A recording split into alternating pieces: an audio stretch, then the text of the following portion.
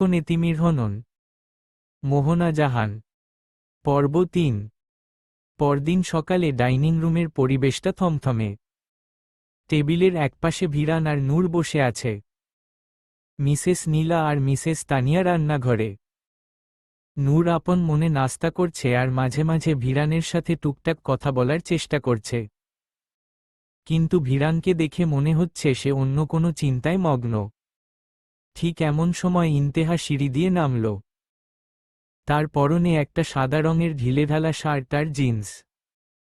ইন্তেহা এসেই নির্বিকার ভঙ্গিতে একটা চেয়ার টেনে বসতেই মিসেস নীলা রান্নাঘর থেকে বেরিয়ে এলেন। তার হাতে নাস্তার ট্রে। মিসেস নীলার হাতে খাবার দেখে ইন্তেহা প্লেট এগিয়ে দিতে গেলেই মিসেস নীলা কর্কশ গলায় বলে উঠলেন, প্লেট সরা, তোর জন্য এখানে কোনো নাস্তা নেই। কথাটা শুনে ইন্তেহা হাতটা মাঝপথেই থামিয়ে দিল। তার ঠোঁটে তাচ্ছিল্যের হাসি ফুটে উঠল। সে মাথা ডানে বামে ঘুরিয়ে বাঁকা হেসে কিছু বলতে যাবে তার আগেই হঠাৎ ভিরানের গম্ভীর কণ্ঠস্বর শোনা গেল, ইন্তেহাকে নাস্তা দিন। ভিরানের কথা শুনে মিসেস নীলা অবাক হয়ে ভিরানের দিকে তাকালেন। ইন্তেহার হাতটাও স্থির হয়ে গেল। সে বিস্ময়ভরা চোখে ভিরানের দিকে তাকাল। যে মানুষটা সবসময় তাকে অপমান করে, আজ সে তার পক্ষ নিচ্ছে। নূরের মুখেও এক চিলতে হাসি ফুটে উঠল।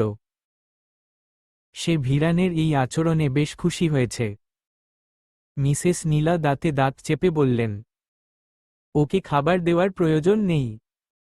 ভিরান শান্ত কিন্তু দৃঢ় গলায় বাধা দিয়ে বলল, ও এই বাড়ির মেয়ে, ওর খাওয়ার ওপর কারো নিষেধাজ্ঞা থাকা উচিত নয়। আপনি ওকে সার্ভ করুন।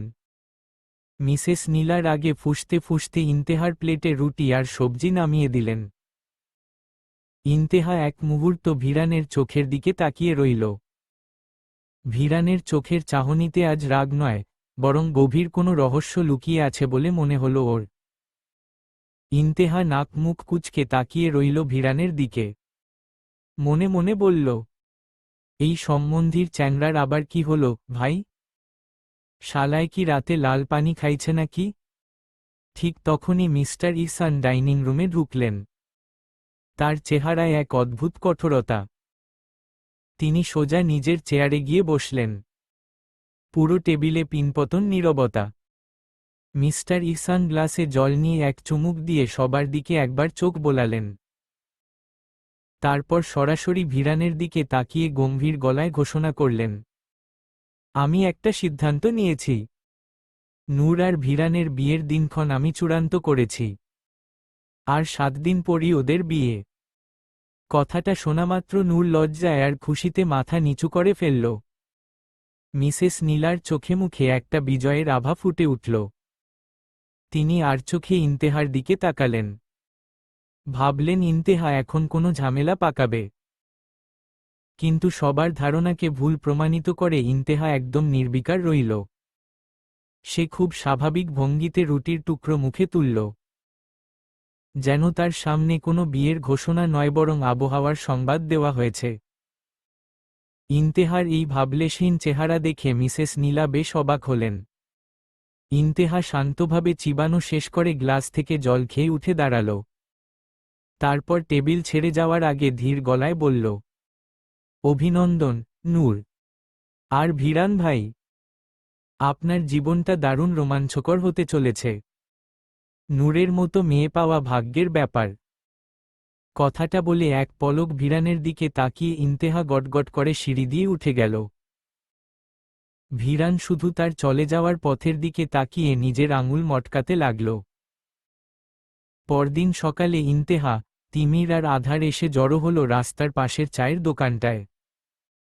তিনজনই চা খেতে খেতে কতক্ষণ আড্ডা দিল। চায়ে চুমুক দিতে দিতে আধার তিমিরের পিঠ চাপড়ে বলল, দোস্ত, অনেক কাঠখড় পুড়িয়ে তুই চাকরিটা পেয়েছিস। এখন অন্তত নিজের পায়ে দাঁড়িয়েছিস। এবার আভাকে গ্রহণ করে নে। মেয়েটা তো তোকে ছাড়া আর কিছু বোঝে না। তিমির একটা দীর্ঘশ্বাস ফেলল আধারের কথায়। তার দৃষ্টি শূন্য। সে ম্লান স্বরে বলল, গ্রহণ করলেই কি সব সহজ হয়ে যায়? কালকে আভার কলেজের সামনে কয়েক ঘন্টা দাঁড়িয়েছিলাম, ও আসেনি। আজকেও দেখলাম না। আমার মনে হচ্ছে মেয়েটা ঘরবন্দি হয়ে আছে। অনেক সেনসিটিভ মেয়েটা, আমাদের মতো না। ইন্তেহা শুধু শুনছে ওদের কথা। তিমির আবারও বলল, আমার আর আভার লাইফ অনেক ভিন্ন। আভা হলো রাজকন্যা আর আমি। তিমির তার কথা শেষ না করেই থামল। তারপর চায়ে একটা বড় চুমুক দিয়ে ম্লান হেসে বলল, আর আমি এই ধুলোবালি মাখা রাস্তার এক যাযাবর। রাজকন্যারা রাজপ্রাসাদেই মানায়, তিমিরের এই অন্ধকার গহ্বরে নয়। ইন্তেহা এতক্ষণ নীরব ছিল। সে চায়ের ভাঁড়টা টেবিলের ওপর সশব্দে নামিয়ে রেখে তিমিরের চোখের দিকে তাকিয়ে কঠোর গলায় বলল, আসল কথা বল তিমির, তুই ভয় পাচ্ছিস নাকি হার মানছিস? আভা যদি তোকে বেছে নিতে চায়, তবে তুই কে তাকে রাজপ্রাসাদে ফেরত পাঠানোর? ভালোবাসা যখন করেছিস, তখন জয়ের নেশাটাও তো থাকা উচিত। আধার ও শায়দিল, তুই এতটা ভীতু কবে থেকে হয়ে গেলি, তিমির? তিমির দীর্ঘ নিঃশ্বাস ফেলে বলল, এখন তোরা কি চাস?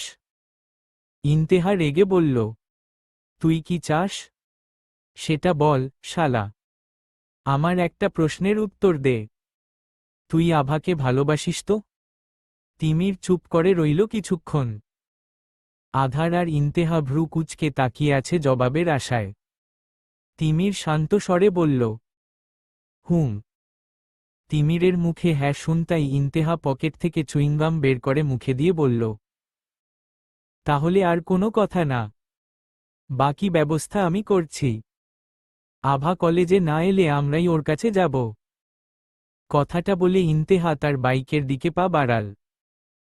আধার আর তিমির একে অপরের দিকে তাকিয়ে ভ্রু কুঁচকে একসাথে বলে উঠল, তুই কি করবি?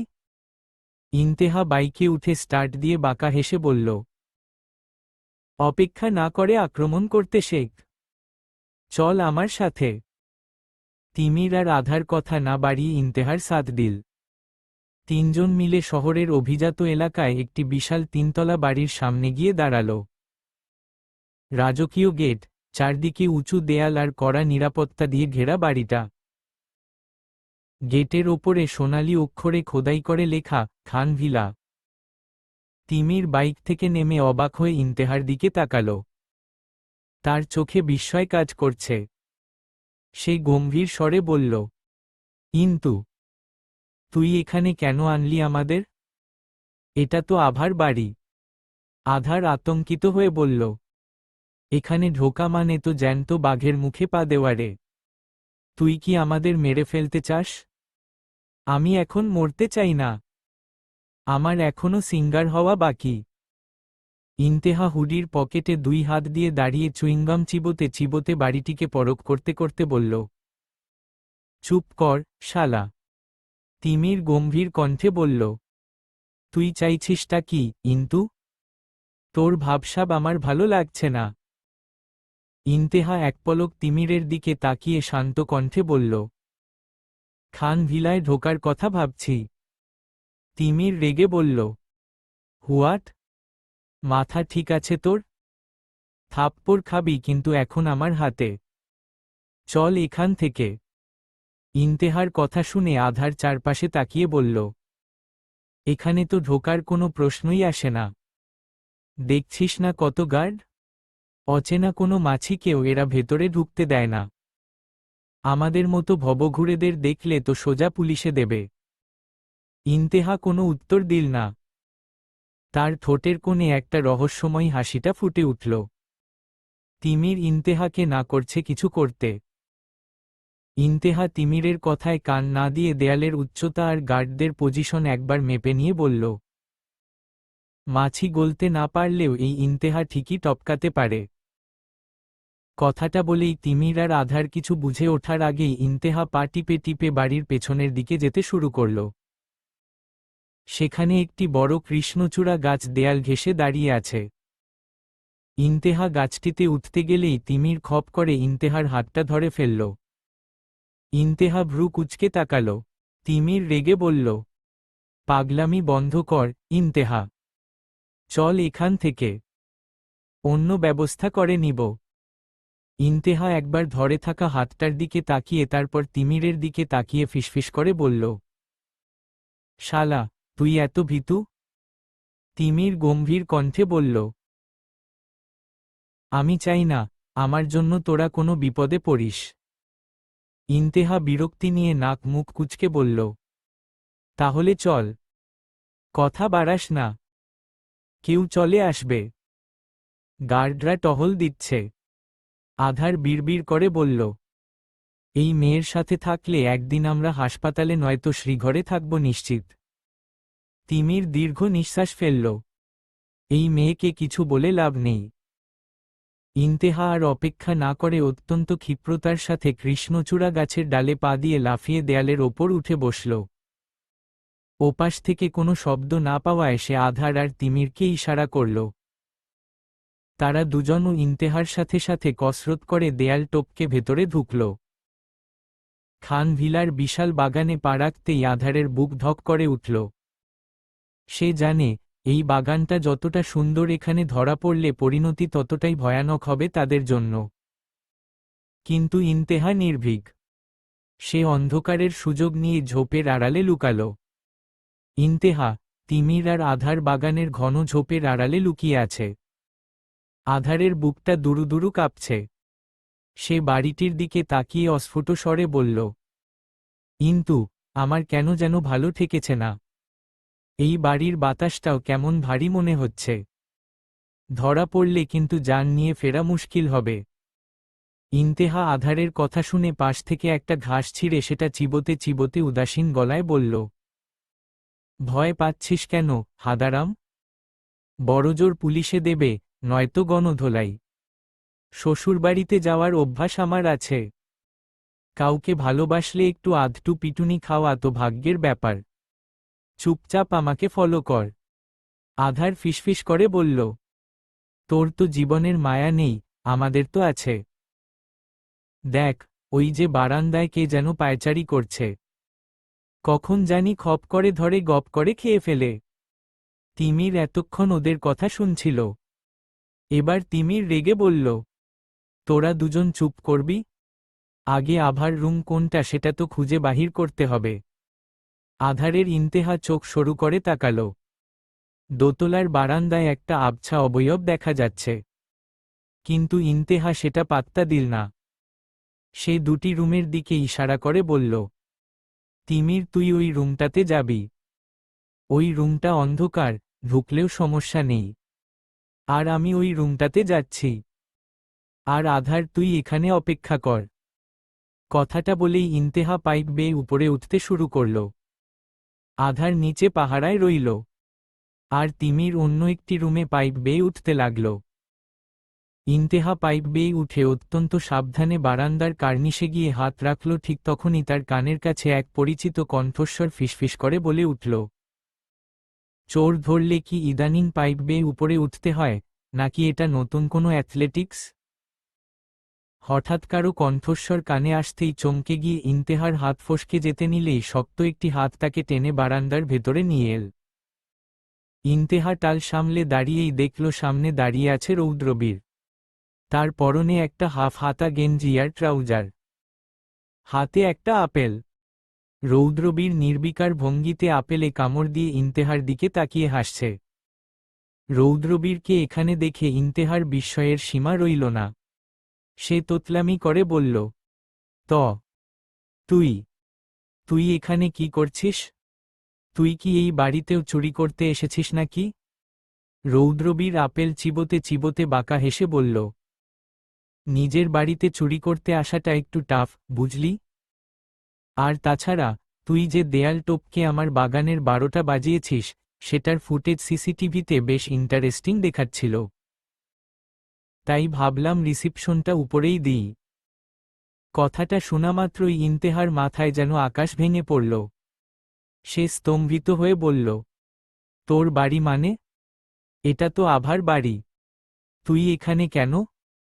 রৌদ্রবীর ইন্তেহার খুব কাছে এগিয়ে এসে তার চোখের দিকে তাকিয়ে গম্ভীর কিন্তু তাচ্ছিল্যের সুরে বলল, আভা আমার আদরের ছোট বোন। আর এই খান ভিলা বড় উত্তরাধিকারী আমি।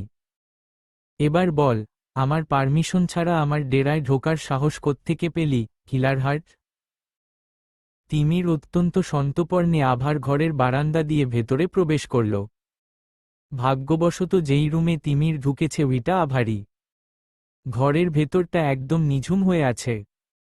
রৌদ্রবীরের গোপন ইশারা পেয়ে গার্ডরা আগেই সরে গিয়েছিল, যা ইন্তেহা বা তিমির কেউ টের পায়নি। রৌদ্রবীর তার ঘর থেকে ইন্তেহাকে আটকে রাখলেও তিমিরকে আভার ঘরের দিকে যাওয়ার সুযোগ করে দিয়েছে। একটা টিমটিম নীল বাতি জ্বলছে ঘরের কোণায়। তিমির ধীর পায়ে বিছানার দিকে এগিয়ে গেল। দেখল, আভা অঘরে ঘুমাচ্ছে। কিন্তু সে ঘুম যেন একরাশ ক্লান্তির প্রতিচ্ছবি। তিমির খুব কাছে গিয়ে দাঁড়াল। আভার মুখশ্রীর দিকে তাকিয়ে তার বুকটা হু হু করে উঠল তার। আভার মুখের উজ্জ্বলতা আজ কোথাও হারিয়ে গেছে। মেয়েটার চোখগুলো ফুলে লাল হয়ে আছে। স্পষ্ট বোঝা যাচ্ছে ঘণ্টার পর ঘণ্টা সে ডুকরে কেঁদেছে। অবিন্যস্ত চুলগুলো বালিশের ওপর ছড়িয়ে আছে। ঘুমন্ত অবস্থায় আভা যেন এক বিষণ্ণ প্রতিমা তৈরি করেছে। তিমির বিড়বিড় করে বলে উঠল, শ্যামাঙ্গিনী। তিমিরের গলার স্বরটা ভালোবাসায় কানায় কানায় পূর্ণ। তিমির ধীরে হাত বাড়িয়ে আভার কপালে পড়ে থাকা কয়েকটা চুল আলতো করে সরিয়ে দিল। তিমিরের হাতের স্পর্শে ঘুমের ঘোরেই আভা শিউরে উঠল, যেন সে কোনো দুঃস্বপ্ন দেখছে। তিমির এবার আভার এক হাত নিজের হাতের মুঠোয় নিল। মেয়েটার হাত বরফের মতো ঠান্ডা হয়ে আছে। তিমির নিজের মনেই বলতে লাগল, তোর এই চোখের জলের প্রতিটি ফোঁটার হিসেব আমি জানি আভা। তোকে এই মরীচিকার নরকে একা ফেলে রাখতে চেয়েছিলাম তোর ভালোর জন্য, কিন্তু তুই তো দেখি নিজেকেই শেষ করে দিচ্ছিস। এই ভবঘুরে তিমিরের জন্য কেন তোর এত মায়া? ঠিক তখনই আভা অস্ফুট স্বরে কেঁদে উঠল ঘুমের মাঝেই। তার ঠোঁট নড়ছে, বারবার যেন তিমিরের নামটাই ডাকছে। আভার এই অসহায়ত্ব তিমিরের হৃদয়ে তীরের মতো বিঁধল। সে বুঝল, আভা তাকে ছাড়া নিঃশ্বাস নিতেও ভুলে গেছে। তিমির এবার আভার কানের কাছে মুখ নিয়ে ফিসফিস করে বলল, আর কাঁদতে হবে না, শ্যামাঙ্গিনী। আমি এসে গেছি। তোর তিমির ভাই এখন আর শুধু ভবঘুরে নয়, সে এখন তোর দায়িত্ব নিতে শিখে গেছে। চোখ খোল আমার শ্যামাঙ্গিনী। আভা এবার ধীরে ধীরে চোখের পাতা খুলল। সামনে তিমিরকে দেখে প্রথমে তার মনে হলো এটা হয়তো কোনো সুখের স্বপ্ন। সে অবিশ্বাসের দৃষ্টিতে তাকিয়ে রইল কিছুক্ষণ। তারপর যখন বুঝতে পারল সত্যিই তার সামনে তিমির দাঁড়িয়ে, সে এক মুহূর্ত দেরি না করে উঠে তিমিরকে জড়িয়ে ধরল। আভার কান্নার বাঁধ এবার সত্যি ভেঙে গেল। তিমিরের ষাঁড় টাকরে ধরে সে শুধু বলতে লাগল, কেন এসেছিলেন? কেন আমাকে এভাবে মারছেন আপনি? তিমির ভাই, আপনাকে ছাড়া আমি বাঁচতে পারছি না। তিমির আভার মাথায় হাত বুলিয়ে দিতে দিতে বলল, চুপ কর পাগলি। আমি সব গুছিয়ে নিয়েছি। তুই শুধু আমার সাথে থাকিস। ইন্তেহা এতক্ষণ রৌদ্রবীরের কথার উত্তর দেওয়ার চেয়ে বেশি অবাক হচ্ছিল ওর গায়ের রং দেখে। বারান্দার হালকা আলোয় রৌদ্রবীরকে দেখে সে নিজের চোখকেও বিশ্বাস করতে পারছে না। ভার্সিটিতে দেখা শ্যামলা রঙের রৌদ্রবীরের জায়গায় তার সামনে এখন দাঁড়িয়ে আছে ধবধবে ফর্সা এক যুবক, যেন কোনো রাজপুত্তুর ছদ্মবেশ ছেড়ে বেরিয়ে এসেছে। ভিরানের মতোই সাদা রৌদ্রবীর। ইন্তেহা তীক্ষ্ণ দৃষ্টিতে তাকিয়ে এক পা এগিয়ে গিয়ে ওর খুব কাছাকাছি দাঁড়াল। সে পরখ করে দেখছে এটা সত্যিই সেই মানুষটা কিনা। ইন্তেহা ভ্রু কুঁচকে বিস্ময় নিয়ে জিজ্ঞেস করল, তোর গায়ের রং এমন হয়ে গেল কিভাবে রে হারামজাদা? ভার্সিটিতে তো তোকে মাটি রঙের, মানে শ্যামলা দেখতাম। তুই কি রাতে রাতে কোনো জাদুর ক্রিম মাখিস নাকি? রৌদ্রবীর ইন্তেহার বিস্মিত চেহারাটা দেখে বেশ মজা পেল। সে হাতের অর্ধেক খাওয়া আপেলটা ছুঁড়ে ফেলে দিয়ে পকেটে হাত রাখল। তারপর ঠোঁটের কোণে বাঁকা হাসি ফুটিয়ে তুলে এক পা এগিয়ে ইন্তেহার একদম কানের কাছে মুখ নিয়ে ফিসফিস করে বলল, এত অবাক হচ্ছিস কেন, কিলার হার্ট? রাজনীতি করতে গেলে কি সব সময় নিজের আসল রূপ দেখাতে হয়? উইটা তো একটা ছদ্মবেশ ছিল। রৌদ্রবীরের কথা শুনে ইন্তেহার আগে নীল হয়ে গেল। সে রৌদ্রবীরের বুকে একটা ধাক্কা দিয়ে পিছিয়ে এসে ফিসফিসিয়ে বলল, শালা, বাইন, ঠকবাজ, মাদার। ইন্তেহার মেজাজ এখন সপ্তমে।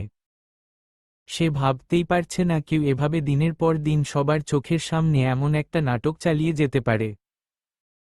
রৌদ্রবীরের এই বাঁকা হাসিটা তার রাগকে আরও উস্কে দিল। ইন্তেহা দাঁতে দাঁত চেপে বলল, তোর এই ছদ্মবেশ আমি আজ ধুয়ে মুছে সাফ করে দেব, হারামজাদা। কথাটা বলেই ইন্তেহা হন্যে হয়ে রৌদ্রবীরের বিশাল ঘরের ভেতরে কিছু একটা খুঁজতে শুরু করল। ড্রয়ার টেনে দেখল, টেবিলের ওপর থাকা বইপত্র ছিটকে ফেলে দিল। রৌদ্রবীর অবাক হয়ে এক হাত কোমরে রেখে দাঁড়িয়ে ওর পাগলামি দেখছে। সে বাঁকা হেসে বলল, কি খুঁজছিস? আমার মেকআপ বক্স?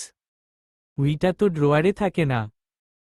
ইন্তেহা ওর কথায় কান দিল না। তার চোখ পড়ল ঘরের সাথে থাকা অ্যাটাচ ওয়াশরুমের দরজার দিকে। সে দ্রুত পায়ে ভেতরে ঢুকে গেল। রৌদ্রবীর চেঁচিয়ে বলল, বাথরুমে কি চাস? উইখানে কোনো লাঠি নেই আমাকে তাড়া আড়ার জন্য। কয়েক সেকেন্ডের মধ্যেই ইন্তেহা একটা প্লাস্টিকের বালতি ভর্তি কনকনে ঠান্ডা পানি নিয়ে বেরিয়ে এল। জানুয়ারির এই হাড়কাঁপানো শীতে রাতের বেলা পানির স্পর্শ মানেই শরীর জমে পাথর হয়ে যাওয়া। রৌদ্রবীর কিছু বুঝে ওঠার আগেই ইন্তেহা পুরো বালতির পানি সজোরে ওর শরীরের ওপর ঢেলে দিল। ইন্তেহা! রৌদ্রবীর এক ভয়াবহ চিৎকার দিয়ে উঠল। ঠান্ডা পানির ঝাপটায় তার শ্বাস যেন কয়েক সেকেন্ডের জন্য আটকে গেল। তার উপর হাতা কাটা গেঞ্জি ছিল। শীতের তীব্রতায় তার পুরো শরীর থরথর করে কাঁপতে শুরু করল। তার গেঞ্জি আর ট্রাউজার মুহূর্তেই ভিজে শরীরের সাথে লেপ্টে গেছে। মাথার চুল থেকে টপটপ করে পানি ঝরছে। ইন্তেহার আগে কাঁপতে কাঁপতে খালি বালতিটা মেঝেতে আছাড় দিয়ে ফেলে দিয়ে হাত ঝাড়তে ঝাড়তে বলল, কেমন লাগছে এখন, শাওয়ার নাতি? এই ইন্তেহা ইহসানকে ধোঁকা দেওয়া শালা, ধরিবাজ কোথাকারের। ইন্তেহার কাণ্ডে রৌদ্রবীর রাগে আর ঠান্ডায় নীল হয়ে এক পা করে ইন্তেহার দিকে এগোতে লাগল। কাঁপতে কাঁপতে সে ফ্যাসফ্যাসে গলায় বলল, তুই আসলে একটা আস্ত ডাইনি। এই শীতে আমাকে হার্ট অ্যাটাক করানোর প্ল্যান করেছিস, হারামজাদি। আজ তোকে আমি ছাড়ব না। কথাটা বলে ইন্তেহার দিকে তেড়ে আসল। রৌদ্রবীরকে তেড়ে আসতে দেখে ইন্তেহা এক মুহূর্ত দেরি না করে বারান্দার দিকে দৌড় দিল। কিন্তু মেঝে পিচ্ছিল থাকায় রৌদ্রবীর পিছলে গিয়ে সামলে নিয়ে ইন্তেহার হুডির টুপিটা খপ করে ধরে ফেলল। এরপর দাঁতে দাঁত চেপে বলল, আজ তোকে আমি সুইমিং পুলে চুবাব। ইন্তেহার আগে চিৎকার করতে করতে নিজেকে ছাড়ানোর আপ্রাণ চেষ্টা করতে করতে তীক্ষ্ণ স্বরে সে চেঁচিয়ে বলল, ছাড় আমাকে, ঠকবাজ কোথাকার। কিন্তু রৌদ্রবীর আজ বধির হয়ে গেছে। তার কানে ইন্তেহার কোনো কথাই যাচ্ছে না। রাগে তার চোখ দুটো টকটকে লাল।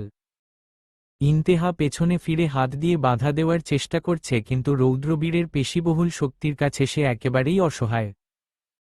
রৌদ্রবীর ইন্তেহার হুডির টুপি ধরে হেঁচকা টান দিতে দিতে নিচের দিকে নিয়ে যেতে লাগল। ইন্তেহা অঝরে গালি দিচ্ছে, কিন্তু রৌদ্রবীরের মাথায় রাগের আগুন জ্বলছে। কোনো কথাই তার কানে পৌঁছাচ্ছে না। টানতে টানতে সে ইন্তেহাকে ড্রয়িংরুমে নিয়ে এলো। তাদের চারদিকের কোনো কিছুতেই খেয়াল নেই। ইন্তেহা দাঁতে দাঁত চেপে বলল, ছাড় বলছি, শাওরার নাতি, কুত্তার বাচ্চা কোথাকারের। রৌদ্রবীর ইন্তেহার দিকে তাকিয়ে রাগে দাঁতে দাঁত চেপে বলল, চুপ, একদম চুপ। তোর জিহ্বা আমি কেটে দিব আর একটা গালি দিলে। ইন্তেহা পাত্তা না দিয়ে বুড়ো আঙুল দেখিয়ে মুখ বাঁকিয়ে বলল, বাডা করবা তুমি আমার। এই দৃশ্য আর ইন্তেহার মুখের ভাষা শুনে ড্রয়িংরুমে উপস্থিত সবার চোখ বিস্ময়ে ছানাবড়া। সোফায় বসে থাকা মিস্টার রায়হান ইন্তেহার মুখে এমন কটু কথা শুনে ভ্যাবাচ্যাকা খেয়ে শুকনো কাশি দিলেন। মনে মনে ভাবলেন, কি মেয়ে রে বাবা, আমার বাড়িতে এসেই আমাকে কুকুর বানিয়ে দিল। রৌদ্রবীর কি তবে এই মেয়েটার কথাই বলেছিল? ইন্তেহার হুলিয়া আর কথাবার্তা শুনে মিস্টার রায়হানের বুঝতে আর বাকি রইল না যে এই সেই মেয়ে। অন্যদিকে মিস্টার আশিয়া এত রাতে ছেলের সাথে এক অপরিচিত মেয়েকে দেখে গম্ভীর কণ্ঠে বললেন, কে এই মেয়ে, রৌদ্রবীর? আর এত রাতেও এখানে কি করছে? তুমি মেয়েটার সাথে এমন আচরণ করছো কেন? মিস্টার আশিয়ার গম্ভীর কণ্ঠ শুনে ইন্তেহা মুহূর্তেই জমে গেল। সে তাকালো চারদিকে। মিস্টার রায়হান আর মিসেস আশিয়াকে দেখে অবাক হল খানিকটা। সে ভাবতেও পারেনি এমন জঘন্যভাবে ধরা পড়বে। কমনে মনে আতঙ্কিত হয়ে ইন্তেহা ভাবল, এই হারামজাদার সাথে কেন যে লাগতে গিয়েছিলাম। বাবা যদি জানতে পারে যে এমপির বাড়িতে দেয়াল টপকে ঢুকেছি আর তার ছেলের গায়ে পানি ঢেলেছি তবে তো আমার রক্ষা নেই। আমি তো নির্ঘাত শেষ। রৌদ্রবীর শান্ত কিন্তু শীতল গলায় উত্তর দিল, she is a thief. Mr Raihan আর মিসেস আশিয়া অবাক হলেন। চোর? নিজেকে চোর হিসেবে সম্বোধন করতে শুনে ইন্তেহার মেজাজ সপ্তমে চড়ল। ইন্তেহা রেগে চেঁচিয়ে বলল, তোর বাড়িতে কি আমার বালডা রাখা আছে যে আমি চুরি করতে আসব? আমার সাওয়াডাও নাই। ফালতু কথা বলবি না একদম। ইন্তেহার কথা শুনে রৌদ্রবীর রেগে তাকালো ওর দিকে। ঠিক তখনই এক অতি পরিচিত ও গম্ভীর কণ্ঠস্বর ড্রয়িং রুমে প্রতিধ্বনিত হল, তাহলে এত রাতে অন্যের বাড়িতে কি করছিস? এই জন্যই কি রাতে দেরি করে বাড়ি ফিরিস? মানুষের বাসায় বাসায় দেয়াল টপকে বেড়াস? পরিচিত কণ্ঠস্বর শুনে ইন্তেহা চমকে তাকাল। তাকাতেই দেখল সামনে দুই পকেটে হাত ঢুকিয়ে দাঁড়িয়ে আছে ভিরান। তার তীক্ষ্ণ দৃষ্টি ইন্তেহার অস্তিত্ব বিদ্ধ করছে। ইন্তেহা আতকে উঠে ভাবল, এ আবার এখানে কোত্থেকে টপকাল ভাই? ভিরানকে দেখে রৌদ্রবীরও বেশ অবাক হল। ভিরান তীক্ষ্ণ নজরে একবার রৌদ্রবীর আর একবার ইন্তেহার দিকে তাকাল। রৌদ্রবীর এক হাতে ইন্তেহার হুডি ধরে আছে আর ইন্তেহা প্রায় ঝুলন্ত অবস্থায়, আর অন্য হাত ট্রাউজারের পকেটে ঢুকিয়ে সোজা দাঁড়িয়ে আছে। রৌদ্রবীরের শরীর থেকে এখনও টপ টপ করে পানি পড়ছে। ভিরান আরেকটা জিনিস অবাক হয়ে লক্ষ্য করল, রৌদ্রবীরকে সে শ্যামলা রঙের দেখেছে, তবে এখন সে এত ফর্সা দেখাচ্ছে কিভাবে? আর এই বাড়িতেই বা তার কি কাজ? খান বংশের সাথে ওর কি সম্পর্ক? ইন্তেহাই বা কেন এত রাতে রৌদ্রবীরের সাথে? সবকিছু যেন এক অদ্ভুত ধাঁধার মতো জট পাকিয়ে গেল। তবে ইন্তেহা আর রৌদ্রবীরকে এভাবে একসাথে দেখে ভিরানের মন সায় দিল না।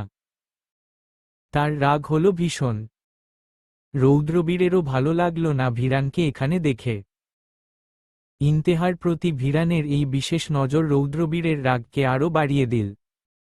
ভিরান আর রৌদ্রবীর একে অপরের দিকে অগ্নিদৃষ্টিতে তাকিয়ে রইল, কিন্তু কোনো রিয়েক্ট করল না, কারণ কেউই ইন্তেহার সামনে নিজেদের প্রকাশ করতে চায় না।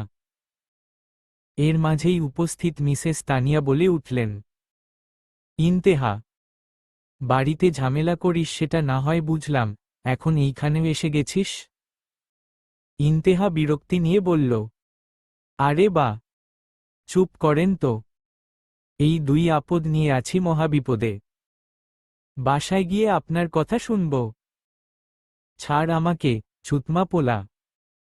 ইন্তেহার গালি শুনে মিসেস আশিয়া এবার রেগে গেলেন। তিনি বরাবরই ব্যক্তিত্ব সম্পন্ন আর শান্ত একজন মানুষ। তিনি গম্ভীর কণ্ঠে বললেন, মাইন্ড ইউর ল্যাঙ্গুয়েজ। ইন্তেহা মুখ বাঁকাল। রৌদ্রবীর সবার দিকে এক পলক তাকিয়ে আর কোনো কথা না বাড়িয়ে ইন্তেহাকে টানতে টানতে বাইরের দিকে নিয়ে যেতে শুরু করল। মিস্টার আশিয়া এখনও গম্ভীর হয়ে দাঁড়িয়ে আছেন। মিসেস তানিয়া মনে মনে প্রচণ্ড রেগে গেলেন সবার সামনে তাকে এভাবে অপমান করা হল। তিনি রাগে দাঁতে দাঁত চাপলেন। রৌদ্রবীরকে যেতে দেখে ভিরানও বড় বড় পা ফেলে তাদের পেছনে গেল। ইন্তেহা পড়েছে ঘোর বিপদে। না পারছে নিজেকে ছাড়াতে, না পারছে কিছু করতে। শুধু তার মুখটাই অনর্গল চলছে। রৌদ্রবীরের মুখ এখনো পাথরের মতো গম্ভীর। সেই ইন্তেহাকে টানতে টানতে সুইমিং পুলের পাড়ে নিয়ে এলো। এরপর পানির দিকে তাকিয়ে দাঁতে দাঁত চেপে বলল, আজ তোকে জন্মের মতো চুবানি দেব। ইন্তেহা আঁতকে উঠল পানি দেখে। এই হাড়কাঁপানো শীতে পানির স্পর্শ মানেই অবধারিত মৃত্যু। এমনিতে শীতের ভয়ে 5 দিন ধরে সে গোসল করেনি সে। এখন যদি পানিতে পড়তে হয় তবে তো নির্ঘাত শেষ। ইন্তেহা রেগে চিৎকার করে বলল, এই দেখ, ভালো হবে না কিন্তু। তুই আমার সাথে এমন করতে পারিস না, হারামজাদা। কিন্তু কে শোনে কার কথা? রৌদ্রবীর বাঁকা হেসে ইন্তেহাকে পানিতে ফেলে দিতে উদ্যত হতেই পেছনে থেকে এক শক্তিশালী হাত ইন্তেহাকে ধরে ফেলল। ইন্তেহা আর রৌদ্রবীর দুজনেই চমকে তাকাল। ভিরান শক্তভাবে ইন্তেহার হাত ধরে রেখেছে। ভিরানের চোখ দিয়ে যেন আগুনের স্ফুলিঙ্গ বের হচ্ছে। এটা দেখে রৌদ্রবীরের মাথায় আগুন ধরে গেল। এই ছেলের সাহস কি করে হয় বারবার ইন্তেহাকে স্পর্শ করার? একবার ছেড়ে দিয়েছে বলে সে বারবার ছেড়ে দেবে না। ভিরান শক্ত কিন্তু শান্ত স্বরে বলল, ছাড় ওকে। কথাটা শোনা মাত্রই রৌদ্রবীরের ধৈর্যের বাঁধ ভেঙে গেল। এই ছেলেকে হয় তাকে এটা বলার? রৌদ্রবীর আর নিজেকে আটকাতে পারল না। তার ভেতরের হিংস্রতা বেরিয়ে আসছে। সে হিতাহিত জ্ঞান শূন্য হয়ে রাগে উন্মত্ত হয়ে ভিরানের মুখে জোরে এক ঘুষি বসিয়ে দিল। এরপর দাঁত চেপে বলল, স্টে এওয়ে ফ্রম হার। রৌদ্রবীরের এই আকস্মিক আক্রমণের জন্য ভিরান একেবারেই প্রস্তুত ছিল না। সে 2 কদম পিছিয়ে গেল এবং তার হাত থেকে ইন্তেহার হাতটা ছুটে গেল। ভিরানের মাথায়ও এবার রক্ত চড়ে গেল। তার সাহস কি করে হয় এই ভিরান ক্রেইভের গায়ে হাত তোলার, যেখানে সবাই তাকে ভয় পায়? ভিরানের মাথায় দপ করে আগুন জ্বলে উঠল। চোখগুলো লাল হয়ে গেল মুহূর্তেই। ভিরানো আর দেরি করল না, পাল্টা এক প্রচণ্ড ঘুষি বসিয়ে দিল রৌদ্রবীরের মুখে। দুইজনেরই ঠোঁটের কোণ থেকে রক্ত বেরিয়ে এলো। কিন্তু তাদের এতে কোনো কিছু যায় আসে না। কেউ কারো থেকে কম নয়। দুইজনেই সমান। দুজনেই দুজনের কলার চেপে ধরে একে অপরের দিকে অগ্নিদৃষ্টিতে তাকালো, যেন এখনই একে অপরকে পুড়িয়ে ছাই করে দেবে। এই সুযোগে ইন্তেহা মুক্তি পেয়ে গেল। এদের দুজনের উন্মাদনা দেখে ইন্তেহা বিড়বিড় করে বলল, যা শালা, এই সম্বন্ধীর চ্যাংড়ার আর হারামজাদার আবার কি হলো? আমার জন্য ঝগড়া করছে? বাহ, আমি তো দেখছি বেশ গুরুত্বপূর্ণ মানুষ হয়ে গেছি মানুষের জীবনে। নিজেকে মনে মনে বাহবা দিল ইন্তেহা। কিন্তু বেশিক্ষণ এই খুশিটা থাকল না। কারণ এই দুইজনের একজনও সুবিধের নয় তার জন্য। একজন তাকে থাপ্পড় মেরেছে, পুলিশে দিয়েছে, অন্যজন তাকে জ্বালিয়ে মারছে দিনে দিনে। আজ দারুণ এক সুযোগ এসেছে দুইজনের ওপর থেকেই প্রতিশোধ নেওয়ার। ইন্তেহার ঠোঁটের কোণে এক চিলতে শয়তানি হাসি ফুটে উঠল। সে কিছু একটা ভেবে হঠাৎ সর্বশক্তি দিয়ে এক ধাক্কায় ভিরান আর রৌদ্রবীর দুজনকেই একসাথে সুইমিং পুলের সেই বরফ শীতল পানিতে ফেলে দিল। হাড় কাঁপানো জানুয়ারির কনকনে ঠান্ডা পানি। ভিরান আর রৌদ্রবীর কেউ কল্পনাও করতে পারেনি যে এই মেয়েটি এমন কাণ্ড ঘটিয়ে বসবে। দুইজন একসাথে পানিতে পড়ে গেল। ধপাস করে শব্দ হতেই বিশাল সুইমিং পুলের জল ছিটে চারদিকে ছড়িয়ে পড়ল। রৌদ্রবীর আর ভিরান দুজনেই অপ্রস্তুত অবস্থায় তলিয়ে গেল বরফ শীতল জলের নিচে। এখনও তারা হতবাক হয়ে আছে। ইন্তেহা সুইমিং পুলের পাড়ে দাঁড়িয়ে পকেটে থাকা তেঁতুল গাছের পাতা বাহির করে মুখে দিয়ে চিবোতে চিবোতে 2 কোমরে হাত দিয়ে এক বিজয়ের হাসি হাসল। তার চোখে মুখে চরম তৃপ্তি। সে বাঁকা হেসে বিদ্রূপের সুরে চিৎকার করে বলল, নে, এইবার দেখ মজা, শালারা। এই ইন্তেহা ইহসানের সাথে পাঙ্গা নেওয়া। যা, এক ঢিলে 2 পাখি মেরে দিলাম। এই ইন্তেহা ইহসানের বালডাও ফালাইতে পারবি না তোরা। এখন পানিতে নেমে প্রেম কর। ভিরান আর রৌদ্রবীর একে অপরের রাগ ভুলে গিয়ে ইন্তেহার দিকে রেগে তাকালো। পানির নিচে সেকেন্ড কয়েকের জন্য দুজনেরই নিঃশ্বাস আটকে আসছে। তারা হড়বড় করে ওপরে ভেসে উঠল। তাদের অবস্থা শোচনীয়। শীতে দাঁতে দাঁত লেগে ঠকঠক করে কাঁপছে দুজনই। ভিরান রাগে চিৎকার করতে চাইল, কিন্তু ঠান্ডায় তার কণ্ঠনালী জমে পাথর হয়ে গেছে। রৌদ্রবীরও হাত বাড়িয়ে ইন্তেহাকে ধরার চেষ্টা করল, কিন্তু ইন্তেহা 2 কদম পিছিয়ে গিয়ে আরও জোরে হেসে উঠল। ঠিক সেই মুহূর্তে ঝোপের আড়াল থেকে হন্তদন্ত হয়ে দৌড়ে এল আধার। তার মুখ ফ্যাকাশে, চোখে মুখে চরম আতঙ্ক। সে জানত ইন্তেহা কিছু একটা ঘটাবে। ইন্তেহা ইসান বলে কথা। হাড়ে হাড়ে চিনে আধার এই মেয়েকে। কিন্তু সেটা যে এত বড় রূপ নেবে তা তার ভাবনার বাইরে ছিল। বাড়ির ভেতর থেকে মানুষের আওয়াজ শোনা যাচ্ছে, যে কোনো সময় গার্ডরা এদিকে চলে আসবে। আধার দ্রুত ইন্তেহার হাত খপ করে ধরে ফেলল এবং সজোরে টানতে টানতে গেটের দিকে নিয়ে যেতে লাগল। সে ফিসফিস করে আতঙ্কিত গলায় বলল, এইখানে আর 1 সেকেন্ডও থাকা যাবে না, কিন্তু সব গন্ডগোল হয়ে গেছে। বাকিদের পড়ে চুবাস, আগে নিজের জান নিয়ে চল। ধরা পড়লে আজ নির্ঘাত জেলের ভাত খেতে হবে। ইন্তেহা পাতা চিবোতে চিবোতে বাঁকা হেসে পেছনে ফিরে সুইমিং পুলের দিকে তাকিয়ে আছে। সে যেতে যেতেই চেঁচিয়ে বলল, আজ তো ট্রেইলার দেখালাম, পুরো সিনেমা তো এখনো বাকি। আবার দেখা হলে দেখিয়ে দিব। আধার কোনো কথা না শুনে ইন্তেহাকে এক প্রকার পাজাকোলা করে দ্রুত অন্ধকার বাগানের দেয়ালের দিকে নিয়ে গেল। পেছনে রৌদ্রবীর আর ভিরানের ক্ষিপ্ত গর্জন শোনা যাচ্ছে, কিন্তু এই হাড়কাঁপানো ঠান্ডা জল থেকে উঠে তাদের পক্ষে পিছু নেওয়া অসম্ভব। আধার আর ইন্তেহা রাতের অন্ধকারের সুযোগ নিয়ে পাঁচিল টপকে নেমে গেল। আধার আর ইন্তেহা কোনোমতে দেয়াল টপকে ওপারে আসতেই দেখল তিমির সেখানে আগে থেকেই দাঁড়িয়ে আছে। তিমির আভার ঘর থেকে বেরিয়ে ঠিক সময়েই দেয়াল পার হতে পেরেছে। তার চোখে মুখেও এক আশঙ্কার ছাপ ফুটে উঠেছে। ইন্তেহা আর আধার হন্তদন্ত হয়ে নিচে নামতেই তিমির দ্রুত এগিয়ে এল। 3 জন রাস্তার ল্যাম্পপোস্টের আবছা আলোয় একে অপরের সামনে এসে দাঁড়াল। কয়েক সেকেন্ডের জন্য এক নিস্তব্ধতা নেমে এল। সবাই সবার দিকে গম্ভীর হয়ে তাকিয়ে আছে। কিছুক্ষণ নীরব থাকার পর হঠাৎ করেই তারা 3 জন মাঝরাস্তায় দাঁড়িয়ে একসাথে অট্টহাসিতে ফেটে পড়ল। আধার হাসতে হাসতে প্রায় কুঁজো হয়ে গিয়ে বলল, ইন্তু, তুই যে কাজটা করলি না, ওই 2টার চেহারা দেখার মতো ছিল। বরফ জলে এখন শয়তান 2টা গড়াগড়ি খাচ্ছে। তিমিরও হেসে দিয়ে বলল, আমি তো আভার ঘর থেকে বের হয়ে ভাবছিলাম তোরা হয়তো ধরা পড়ে গেছিস। কিন্তু এসে যা দেখলাম, এটা আমার কল্পনাতেও ছিল না। তুই সত্যিই এক পিস, ইন্তেহা। ইন্তেহা বিজয়ের ভঙ্গিতে বুক ফুলিয়ে বলল, এই ইন্তেহা হার মানতে জানে না। ভিরান আর রৌদ্রবীর ভাবছে ওরা খুব চালাক, এখন বুঝুক পানির স্বাদ কেমন।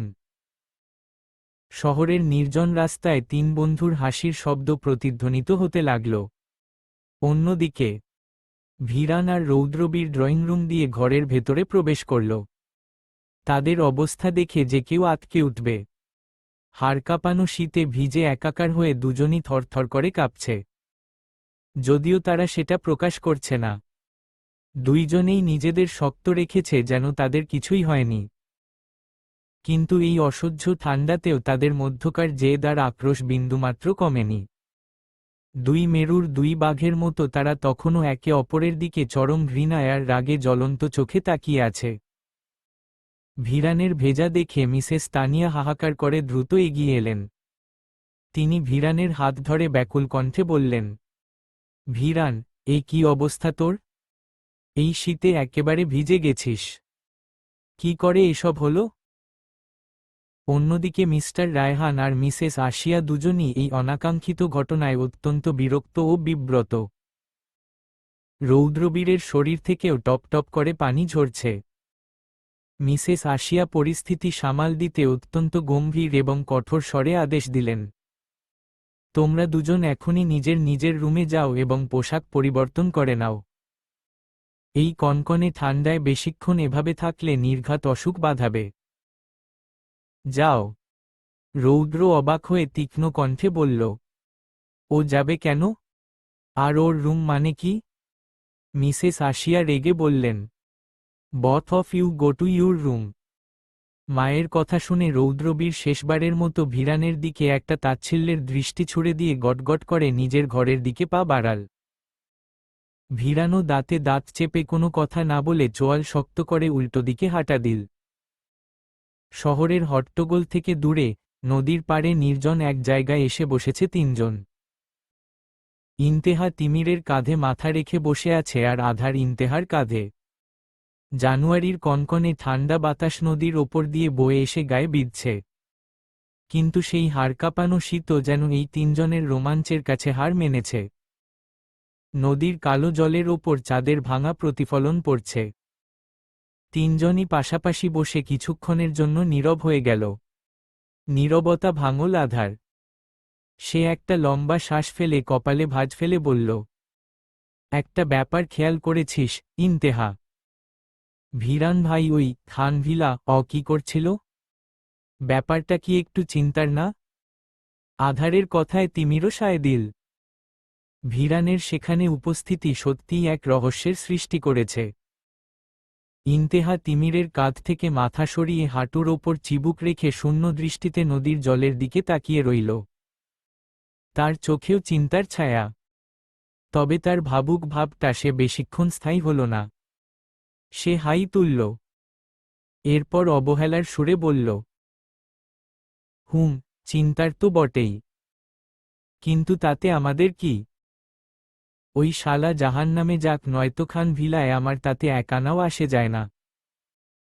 তিমির একটু গম্ভীর হয়ে বলল, তোর আসে যায় না বললে তো হবে না ইন্তু। ভিরান যদি ওই বাড়িতে আগে থেকেই উপস্থিত থাকে তবে এর পেছনে নিশ্চয়ই বড় কোনো কারণ আছে। ইন্তেহা পকেট থেকে একটা চুইংগাম বের করে মুখে দিয়ে তাচ্ছিল্যের সাথে বলল, আরে ধুর, বাদ দে তো। আপাতত অনেক ধকল গেছে, এখন ওসব ভেবে মাথা নষ্ট করতে চাই না। আধার হেসে বলল, তুই পারিসও বটে। ভার্সিটির প্রফেসর প্লাস বিজন্যাসম্যান আর এমপির ছেলেকে চুবিয়ে সে এত নিশ্চিন্তে বসে আছিস। ইন্তেহা চাঁদের দিকে তাকিয়ে বাঁকা হেসে বলল, আমিও ইহসান খানের মেয়ে। আমার বাবার পাওয়ারও কম না। শুধু ওই শালি সব নষ্টের মূল। তিন বন্ধু আবারও হেসে উঠল ইন্তেহার কথা শুনে। নদীর কলকল ধ্বনি আর রাতের নিস্তব্ধতা মিলে এক অদ্ভুত মায়া তৈরি করল চারদিকে। তিমির নদীর স্রোতের দিকে তাকিয়ে থেকে শান্ত কণ্ঠে বলল, আমাদের তিনজনের জীবনের পরিণতি কি হবে কখনো ভেবে দেখেছিস? এই ছন্নছাড়া আর ভবঘুরে জীবন, কোনো পিছুটান নেই। এইভাবে কি জীবস চলে? আমাদের এই ত্রিকোণের গন্তব্য কোথায়? আদৌ কি আমরা পারব আমাদের স্বপ্নগুলো পূরণ করতে? ইন্তেহা এতক্ষণ চুইংগাম চিবোচ্ছিল নিশ্চিতে। তার কাজই এটা, অবসর টাইমে চুইংগাম চাবানো আর ললিপপ খাওয়া। তিমিরের কথা শুনে সে স্থির হয়ে গেল। ইন্তেকাল মুখের বাঁকা হাসির রেখাটা মিলিয়ে গেল। সে নদীর কালো জলের দিকে তাকিয়ে রইল কিছুক্ষণ। আধারও চুপ হয়ে গেছে। তার হাতে থাকা গিটারের তারে একটা অনিচ্ছাকৃত টুং শব্দ হল। সে নিচু স্বরে বলল, গন্তব্য জানি না কি। আমাদের মতো মানুষদের কোনো নির্দিষ্ট ম্যাপ থাকে না। আমরা শুধু স্রোতে গা ভাসাতে জানি। ইন্তেহা এবার মাথা তুলে তিমিরের চোখের দিকে তাকিয়ে শান্ত গলায় বলল, আমাদের কোনো পরিণতি নেই। আমরা একদিন এইভাবেই হয়তো নিঃশেষ হয়ে যাব। সবাইকে একদিন না একদিন নিঃশেষ হতেই হয়। ইন্তেহার কথা শুনে নদীর পাড়ে এক অদ্ভুত নিস্তব্ধতা নেমে এলো। বাতাস একটু বেশি শীতল হয়ে গেল। তিমির দীর্ঘশ্বাস ফেলে ইন্তেহার দিকে তাকাল। তার চোখে এক গভীর মমতা, যা হয়তো সচরাচর ফুটে ওঠে না। তিমির ম্লান হেসে বলল, নিঃশেষ হলেও একসাথেই হব। আধার গিটারের তারে আলতো করে আঙুল চালাল। এরপর ম্লান হেসে বলল, আমাদের এই বন্ধুত্ব যদি কখনো ভেঙে যায়, ধর যদি ইন্তু কোনোদিন সংসারী হয়ে যায়, কিংবা তুই নিজেকে কোনো কর্পোরেট অফিসের এসি রুমে বন্দি করে ফেলিস, তখন আমাকে তো একাই এই গিটার নিয়ে স্টেশনে বসতে হবে। ইন্তেহা চুইংগামটা মুখ থেকে ফেলে দিয়ে আধারের কান ধরে একটা জোরে টান দিল। আধার ব্যথায় ককিয়ে উঠতেই ইন্তেহা ফুঁসে উঠে বলল, শালা ফালতু কথা বলবি না একদম। আমি আর সংসারী? কোন শালা কপালে হাত দিয়ে বসে আছে যে আমাকে বিয়ে করবে?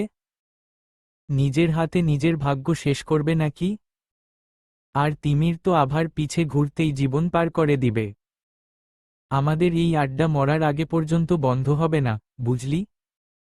যেদিন আমরা আলাদা হব, সেদিন তিনজনই পৃথিবী ত্যাগ করব। তিমির হো হো করে হেসে উঠল ইন্তেহার কথায়। সেই ইন্তেহার মাথায় হাত রেখে বলল, তুই যেখানে আমরা সেখানে। তুই আমাদের বন্ধুত্বের খুঁটি। একটা কথা মনে রাখিস, খুঁটি নড়বড়ে হয়ে গেলে সব শেষ। আধার দুই হাত পেছনে নিয়ে পেছনে একটু হেলে আকাশের দিকে তাকিয়ে মাটিতে ভর দিয়ে বলল, হুম, তুই আমাদের ত্রিকোণের প্রাণ। ইন্তেহা কিছু বলল না। কিছুক্ষণ পর সে তিমিরের পকেট থেকে তার রুমালটা বের করে নিয়ে গোল করে প্যাঁচাতে প্যাঁচাতে বলল, আজকের রাতটা না দারুণ ছিল রে। একদিকে রৌদ্রবীরের ওই রাগী চেহারা, অন্যদিকে ভিরান ভাইয়ের ওই অগ্নি চাহনি। ভিরান ভাই তো কাল নিশ্চিত আমাকে কাঁচা চিবিয়ে খাবে। তিমির ইন্তেহার দিকে আর চোখে তাকিয়ে গম্ভীর গলায় বলল, তুই কিন্তু আগুন নিয়ে খেলছিস কিন্তু। ভিরান ক্রেইভার রৌদ্রবীর শাহরিয়ার খান দুজনেই কিন্তু ভয়ঙ্কর জেদি। আজকের এই ঘটনা ওরা সহজে হজম করবে না। ইন্তেহা থোড়াই কেয়ার করার ভঙ্গিতে ঘাড় নাড়াল। সে আকাশের দিকে হাত বাড়িয়ে চাঁদটাকে ধরার চেষ্টা করল। তারপর অদ্ভুত এক মায়াবী স্বরে বলল, আগুন ছাড়া তো আবার খেলা জমে না। আধার বলল, কিন্তু জানিস তো, বেশি উত্তাপ অনেক সময় পুড়িয়ে ছাই করে দেয়। আজ কিন্তু তুই একা ছিলি না, আমরাও ছিলাম। ধরা পড়লে আজ তিনজনই জেলের ভাত খেতাম। ইন্তেহা খিলখিল করে হেসে উঠল। সে হাসতে হাসতে তিমিরের ওপর গড়িয়ে পড়ল। বলল, আরে শালা, জেলখানায় গেলে কি আর খারাপ হতো? সেখানেও তো আড্ডা দেওয়া যেত। ফ্রিতে থাকা খাওয়া, পুলিশদের গালি দেওয়া, শ্বশুরবাড়ির আপ্যায়ন পেতি।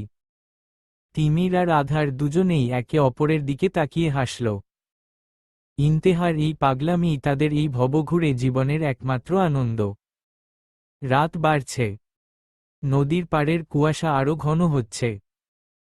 ল্যাম্পপোস্টের আলোগুলো অনেক দূরে টিমটিম করে জ্বলছে। কিন্তু এই তিনজন বন্ধুর আড্ডা যেন শেষ হওয়ার নয়।